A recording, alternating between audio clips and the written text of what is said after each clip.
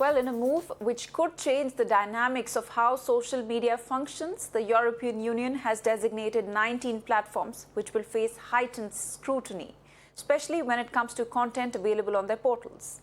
Now, the big names featuring in the list include Twitter, TikTok, Instagram, and several Google applications.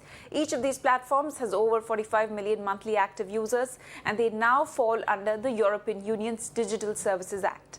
The new system is being put in place to counter disinformation and hate content, an issue which is plaguing the social media platforms at present.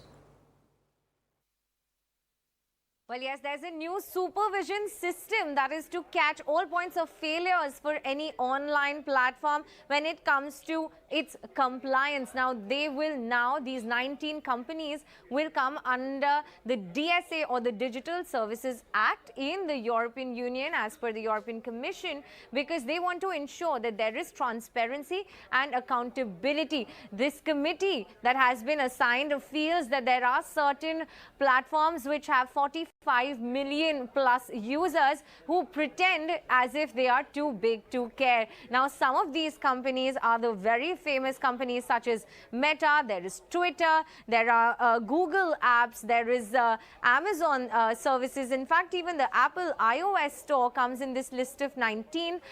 Some of them which are under 45 million user base are some companies such as Swedish-owned Spotify, or even dating app Tinder, and also home renting services such as Airbnb. They are not in the scanner yet, but of course they might be added to the list. As of now, there are these 19 companies who have been given a deadline till August 25th of 2023, by which time all these companies will have to submit their first report for auditing, which will then be taken care of by this commission which comes under the DSA, because they want to ensure transparency, accountability. They want to ensure there is no activity which is unsafe for children. There is no activity which involves a sale of unsafe goods online, and also not to forget any kind of gender-based violence or anything that triggers mental health. Now, this of course is an act which will lead to a fine of up to 6% of the platform's annual global sales